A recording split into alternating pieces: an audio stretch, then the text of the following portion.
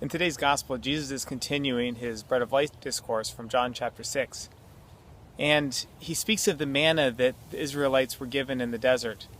And then he speaks of the gift that he is going to give, the bread that he is going to give, the Eucharist.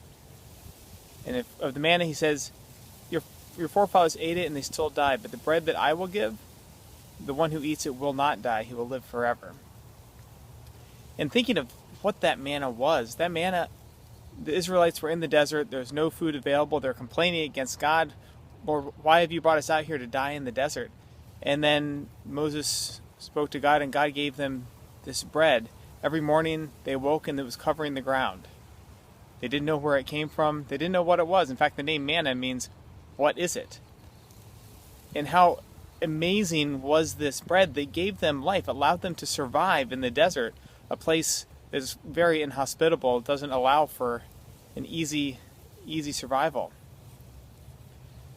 But how much greater is Christ's gift of the Eucharist, which he gives to us in a world that is often inhospitable to the life of grace, a world where it's very easy to fall into sin and to fall away from God.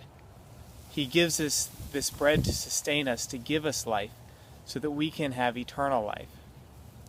But how easy is it for us to take this for granted?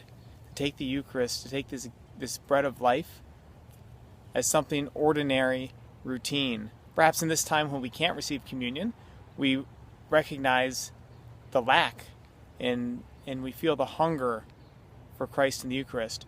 But perhaps also we maybe realize that I don't miss it maybe as much as I thought that I should, or as I think I should. And we can ask Christ, Lord, give me the hunger for this bread of life.